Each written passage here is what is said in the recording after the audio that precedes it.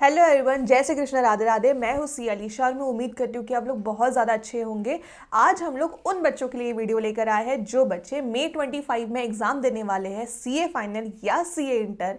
पर जो बच्चे अभी समझना चाहते हैं, गाइडेंस चाहते हैं, हेल्प चाहते हैं छोटी सी, कि जो भी आने वाले हमारे जितने भी टाइम हमारे पास में बचा है, जितने भी दिन बचे हैं, उस दिनों को हम किस तरह से हमारे सब्जेक्ट्स के लिए अलोकेट करें और किस तरह से हम ऐसे चीज़ों को प्लान करें कि हमारी सिर्फ एक बार डीप स्टडी नहीं बल्कि रिवीजन भी हो, और सिर्फ रिवीजन नहीं बल्कि मल्टीपल रिवीजन भी हो। तो मैं इस वीडियो में आपको ये बताने वाली हूँ कि किससे आप दिनों को अलोकेट करो अपने, ताकि आपकी मल्टीपल रिवीजन्स हो और आपको कौन सा स्टडी मटेरियल इन सब चीज़ों के लिए यूज़ करना है अपने सीए फाइनल के प्रिपरेशन के दौरान। एक चीज़ आप समझ के रखो कि सिर्फ सीए के एग्ज़ाम में पढ़ना काफ़ी नहीं है। जितने ज़्यादा रिवीजन्स करोगे उतनी ज़्यादा कंसेप्ट तो क्लियर होगे ही, स्ट्रॉन्ग तो होगे ही, याद भी रहेंगे और कॉन्फिडेंस भी अलग लेवल का रहेगा एग्ज़ाम में। और बच्चे एंड तक जो है वो ये समझ ही नहीं पाते कि हमें कौन सा जो स्टडी मटेरियल है वो यूज़ करना है। मैं तो मैम ये स्टडी मटेरियल यूज़ कर रहा हूँ, मैं तो इन ऑथर की या इन फैकल्टी की बुक को रेफ़र कर रहा हूँ, लेकिन मुझे डर है, मेरा फ्रेंड ने कहा कि ये जो है ये बुक सारी चीज़ें कवर नहीं कर रहा है, हमें वो फैकल्टी की बुक में जाना है, हमें वो फैकल्टी की बुक में जाना है, तो कंफ्यूजन क्रिएट हो रहा है। तो ऐसा क्या करें, ऐसा एक वन स्टॉप सोल्यूशन दो जिससे हम एंड तक उसी को यूज़ करें, स्टार्टिंग से लेके एंड तक, ताकि हमारे एग्जाम में कॉन्फिडेंस भी हो, सारी चीज़ें भी कवर हो जाए। और हाँ, एमसीक्यूज़ के नज़रिए से भी हमें चीज़ें देखनी है, क्योंकि आप अच्छे से जानते हो कि आईसीआई जो है वो एमसीक्यूज़ को कहीं से भी पूछ सकता है, क्यों वो एक पॉइंट या एक वर्ड को लेके भी एमसीक्यू बना सकता है। तो आपको कौन से स्टडी मटेरियल को यूज़ करना है वो भी इस वीडियो में हम जानेंगे। तो सबसे पहले हम लोग ये देख लेते हैं कि सीए फाइनल के दौरान हमारे कितने सब्जेक्ट्स हैं। तो आपको आपके सब्जेक्ट तो शायद पता ही होंगे। तो सीए फाइनल के दौरान हमारे हैं मैम ग्रुप 1 में और ग्रुप 2 में तीन सब्जेक्ट्स जो है इन्होंने डिवाइड किए हुए हैं। FR, advance financial management, audit, उसके बाद में आपका direct tax law, indirect tax law और मल्टी डिसिप्लिनरी केस स्टडीज, मतलब इंटीग्रेटेड बिजनेस सोल्यूशन।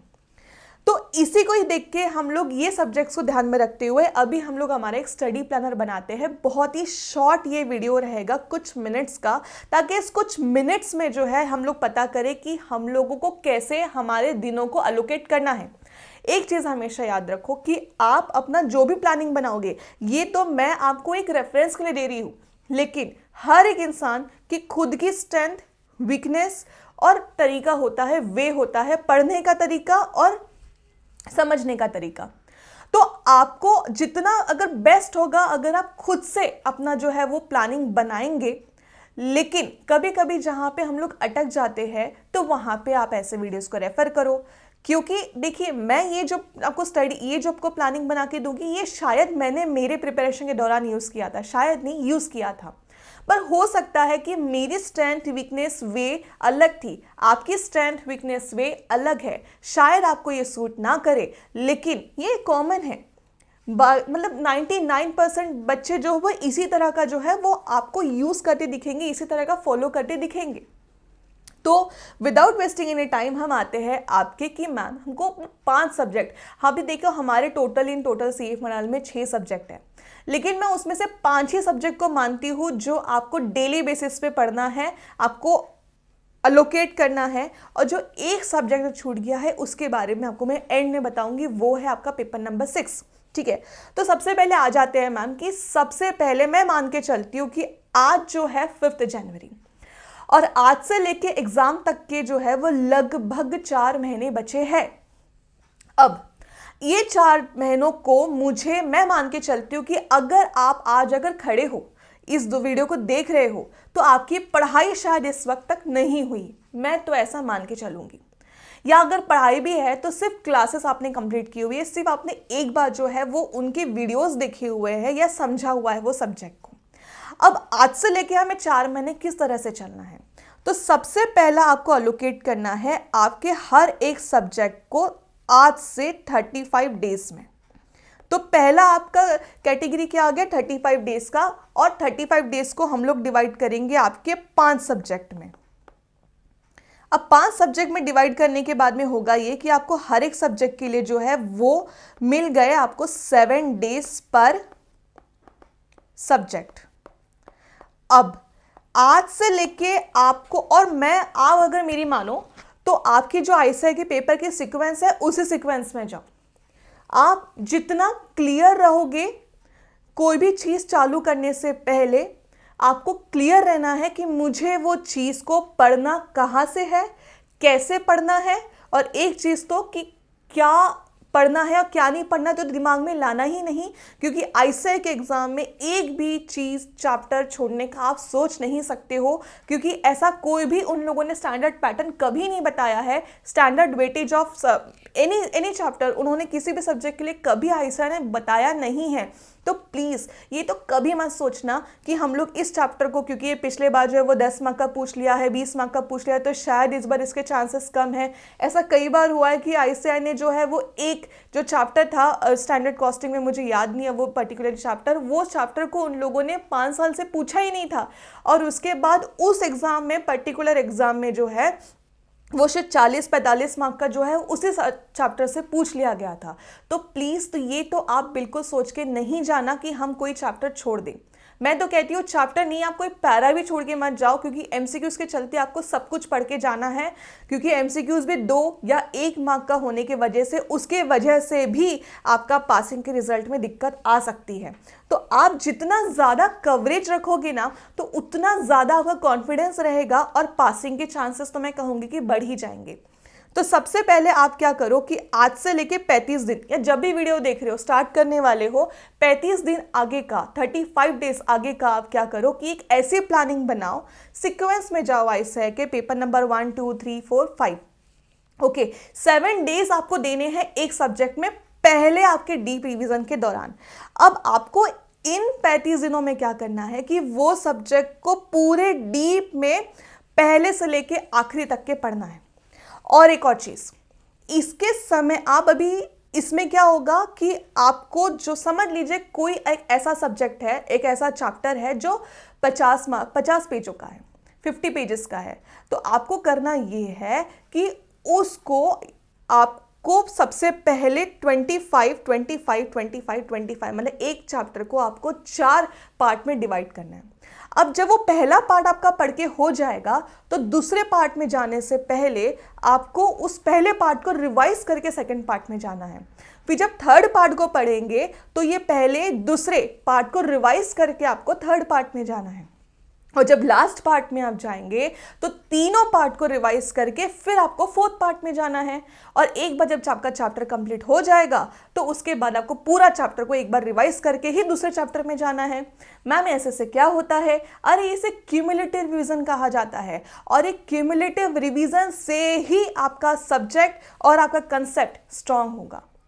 और 7 दिन किसी भी सब्जेक्ट के लिए काफ़ी है। आप ये मत सोचना कि ये 7 दिनों में इतना नहीं हो पाएगा, बिल्कुल हो पाएगा। एंड में देखना 1 दिन 1.5 दिन तो बच ही जाएगा आपका, इतना सब कुछ करने के बावजूद भी। इसलिए मैं कहती हूँ कि आपको ये 35 दिनों में 7 दिन अगर आप एक किसी सब्जेक्ट को दे रहे हो, तो आपको चारों पार्ट, एक कोई भी से चैप्टर का, जो चैप्टर आप उठा रहे हो, सीक्वेंस वाइज ही चलो तो बेटर है, आपको उसको 4 पार्ट में डिवाइड कर लेना है।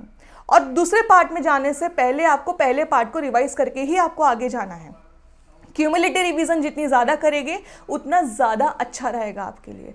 तो ये तो हो गया आपके फर्स्ट 35 डेज का प्लान, और इसे मान के चलते हो कि अगर आप ये सक्सेसफुली कर लेते हो तो फिर आपका अब उस सब्जेक्ट में बहुत ही अच्छा ग्रिप है। अब आपने सारे कंसेप्ट जो है वो समझ लिए हैं, अब आपको उसको डीप रिवाइज करना है। तो सेकंड हम लोग एक इसके आगे वाला कैटेगरी रखेंगे जहाँ पे आप डीप रिवीजन कर सको। तो उसके बाद में हमने दिए हैं 25 डेज। अब इस 25 डेज को हम लोग 5 सब्जेक्ट्स में डिवाइड करेंगे, और फिर इसके वजह से आपका आ जाएगा कि आपको 5 दिन मिल रहे हैं मैम एक सब्जेक्ट के लिए। ठीक है, अब आपको इन 5 दिनों में करना ये है कि आप देखो, अगर किसी भी एक चैप्टर को अगर आप पढ़ रहे हो, तो अगर आपको पहली बार उस चैप्टर को पढ़ने के लिए, समझने के लिए, अच्छे से डीप में समझने के लिए 5 घंटा अगर लगा है ना, तो अगली बार उसी के लिए आपको शायद से 4 घंटा लग सकता है, मतलब कम समय लगेगा। मतलब कहने का मतलब है कि रिलेटिवली पहली बार से आपको कम समय जो है वो दूसरी बार लगेगा, और तीसरी और चौथी बार से रिलेटिवली और कम समय लगते जाएगा।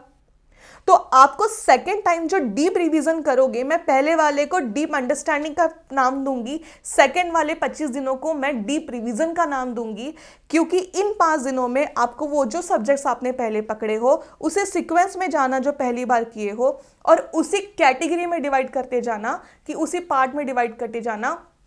5 दिन में एक सब्जेक्ट करना है रिवाइज, तो उसके एक चैप्टर को उठा लो, उसके 4 पार्ट बना लो, और उसके बाद में हम लोग उसको क्या करेंगे, 4 पार्ट में डिवाइड करके पार्ट क्यूमुलेटिव रिवाइज करके हम आगे बढ़ेंगे। अभी थर्ड हमारी जो कैटेगरी आ जाएगी वो है हमारी कि हम लोग को अब देने हैं सिर्फ 3 दिन। तो 3 दिन में क्या हो जाएगा कि 25 दिन, और अभी यहां पे आपका आ जाएगा 15 डेज। 15 डेज आ जाएगा आपका। अभी जो नेक्स्ट स्लॉट है वो है 15 डेज का। 15 डेज को हम लोग 5 सब्जेक्ट में डिवाइड करेंगे, तो आपका एक आ गया 3 दिनों का पर सब्जेक्ट। ठीक है, अब इसमें क्या हो रहा है मैम, जो पहली वाली कैटेगरी थी ना हमारी, ये थी हमारी डीप अंडरस्टैंडिंग की, ये जो कैटेगरी थी ये थी डीप रिवीजन की, ये जो कैटेगरी है ये है रिवीजन की। अब इसमें क्या करना है आपको, 3 दिन बहुत, यहां पे मैं कहूंगी कि 3 दिन भी आपको नहीं लगना चाहिए, क्योंकि अगर आपने पहली बार यहां और यहां आपने अच्छे से अंडरस्टैंड कर लिया, यहां अच्छे से रिवाइज कर लिया, प्लस मैंने जो आपसे कहा है कि आप 4 पार्ट में उसको डिवाइड करो और उसमें क्यूमुलेटिव रिवीजन करके आगे जाओ। अब पता है आप सिर्फ और सिर्फ 40 दिनों में, 40 नहीं, आपको लगभग 60, मतलब आने वाले 2 महीने में ही आपका क्या हो जाएगा कि इतना अच्छा ग्रिप आ जाएगा उस सब्जेक्ट में। और फिर भी अभी 2 महीने बचे हैं, तो आपको अभी सिर्फ रिवाइज करना है, पेपर सॉल्व करना है। ये तरीके से चलोगे तो ये 2 स्लॉट में ही आपका पूरा पेपर में उस सब्जेक्ट में पूरे अच्छे से ग्रिप आ जाएगा। अब बचे हुए समय करना क्या है, बच्चे आखिरी समय तक, एग्जाम के दिन तक, अरे वो 1.5 दिन जो होते हैं ना, उस दिन तक के रिवाइज करते रहते हैं, कंसेप्ट समझते रहते हैं। फिर आपको एग्जाम में क्लियर होने या पास होने के लिए सिर्फ अंडरस्टैंडिंग या रिवीजन की जरूरत नहीं होती है, बल्कि writing practice, paper presentation, MCQs को देखना, ये सब भी जरूरी होता है। अगर आप इस तरीके से चलोगे तो आने वाले 2 महीने में ही आपका पूरे सब्जेक्ट में ग्रिप आके अब आपको सिर्फ रिवाइज करना है। तो अभी रिवीजन के लिए हम लोगों ने क्या किया कि हमने मैम बोला कि 15 दिन आप दो और 3 दिन पर सब्जेक्ट आप दे दो, 15 दिन आपको लगेंगे। इसमें आपको उसी तरीके से चलना है और आप देखोगे 3 दिन ही मैं ज़्यादा बोल रही हूँ, 2 दिन में ही आप सारा सब्जेक्ट को रिवाइज कर दोगे, लेकिन बशर्ते कि आपने पहली बार उसको 4 पार्ट में डिवाइड करके ही पढ़ा होगा तो। ठीक है, पर चैप्टर को 4 पार्ट में डिवाइड करके क्यूमुलेटिव रिवीजन की बात कर रही हूं मैं। उसके बाद में चौथी कैटेगरी आपकी आ गई, मैम अब हम देंगे 10 दिन। और 10 दिन क्यों दोगे, क्योंकि ये जो 5 सब्जेक्ट है आपके, इनको हम लोग देंगे 2 दिन पर सब्जेक्ट। मैम इतनी बार रिवीजन की क्या ज़रूरत है, अरे इतनी बार रिवीजन की इसलिए ज़रूरत है क्योंकि एक चीज़ आप देखोगे ना, यहाँ से जब यहाँ आओगे तो आप देखोगे कि जब सेकेंड टाइम रिवाइज किया, थर्ड टाइम रिवाइज किया, कॉन्फिडेंस बिल्ट हो गया, ग्रिप आ गया, अंडरस्टैंडिंग आ गई। और कभी कभी ये होता है कि पहली बार जो चीज़ ना थोड़ी सी कम समझी होगी ना, अब वो पूरी तरह से उसके पकड़ में आ गई है आपके। तो ऐसा का काम ये होता है ना कि वो किसी को भी, आपको कोई भी क्वेश्चंस ना डायरेक्ट नहीं आपको सर्व करके देते हैं, आपको डायरेक्ट क्वेश्चन वो लोग कभी नहीं देंगे, क्वेश्चंस को हमेशा घुमा के देंगे। तो आप वो तभी सॉल्व कर पाओगे ना जब आपका उस कंसेप्ट में इतना स्ट्रॉन्ग पकड़ आ गई है कि उसको कितना ही वो ऐसे घुमा ले, आप उसको अच्छे से आप सॉल्व कर सकते हो। 90% बच्चे जो फेल होते हैं वो कहते हैं कि हम लोग पढ़ के गए थे पर ICAI ने इतना क्वेश्चन घुमा के पूछा था कि हम लोग उसको सॉल्व नहीं कर पाए, क्योंकि आपने ना सिर्फ पढ़ा था, आपने उसकी डीप अंडरस्टैंडिंग नहीं की थी। कंसेप्ट पढ़ा होगा लेकिन याद नहीं रखा होगा, कुछ तो हुआ होगा जिसमें, और आपका एंड में जो है वो मल्टीपल रिवीजन नहीं हुए होंगे, मॉक टेस्ट आपने नहीं दी होगी, उस वजह से आपका ये सब काम हुआ है। तो सिर्फ समझना नहीं है, हमको रिवाइज करना है और हमको प्रैक्टिस करनी है उसकी। अब आपको 4th रिवीजन जो आ गया वो आ गया 2 डेज पर सब्जेक्ट। और अगर मैं आपको ये कहूँ कि ये सब ना आपका हो जाएगा लगभग 10th ऑफ अप्रैल तक, तो 10th ऑफ अप्रैल तक के आप यहाँ इस स्थिति में खड़े हो, अगर आज भी आपके एग्ज़ाम नहीं, अगर आज भी आपका उतना एग्ज़ाम के प्रिपरेशन में ग्रिप नहीं है, तो आज से चालू करो, कल से चालू करो, 2 दिन बाद से चालू करो, उससे ज़्यादा लेट मत करना। लेकिन 10 अप्रैल तक के लगभग आपका इस पैटर्न में चलोगे तो आपका बहुत अच्छी पकड़ आ जाएगी। और अभी फिर भी जो है हमारे पास में 20 से 25 दिन बचे हुए हैं। इस 20 से 25 दिनों में आपको सिर्फ और सिर्फ मॉक टेस्ट सीरीज देनी है। और मॉक टेस्ट सीरीज जो आप वो इस तरह से प्लान करो कि जो 1.5 दिन ICAI हमें देता है वैसा ही आप प्लानिंग करोगे, ताकि आपको एक प्रैक्टिस हो जाएगी कि आपको उस 1.5 दिन जो ICAI में आपको रिवीजन करने का मौका मिलता है, तो उसको ही हम लोग एक बार मॉक करें। मॉक करना मतलब एक बार उसके जैसे हम डुप्लीकेसी करें वहां पर। तो अब आपको सिर्फ क्या है, वो 20-25 दिन आखिरी वाले पीरियड जो आपका आखिरी समय बचा, एक बार आपका रिवीजन भी हो जाएगा फास्ट ट्रैकली, 1.5 दिन में आपका पढ़ना भी हो जाएगा, आपको एक बार पेपर लिखने की प्रैक्टिस भी हो जाएगी, और MCQs वगैरह की कुछ आप प्रैक्टिस वैसे भी कर सकते हो। और हाँ, MCQs के लिए अलग से कोई भी बुक देखने की ज़रूरत नहीं है, सिर्फ और सिर्फ ICAI का स्टडी मटेरियल फॉलो करो। It is the best source. आपको सिर्फ और सिर्फ ICAI का मटेरियल ही फॉलो करना है।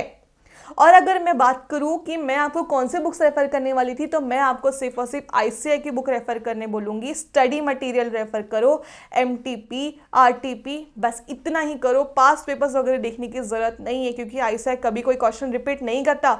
ओल्ड से ओल्ड सिलेबस जो पहले था ना 10 साल पुराना, तब सिर्फ ने पुराने पेपर्स रेफर करके भी काम होता था, क्योंकि वहां पे क्वेश्चंस रिपीट होते थे। अब क्वेश्चंस रिपीट नहीं होते।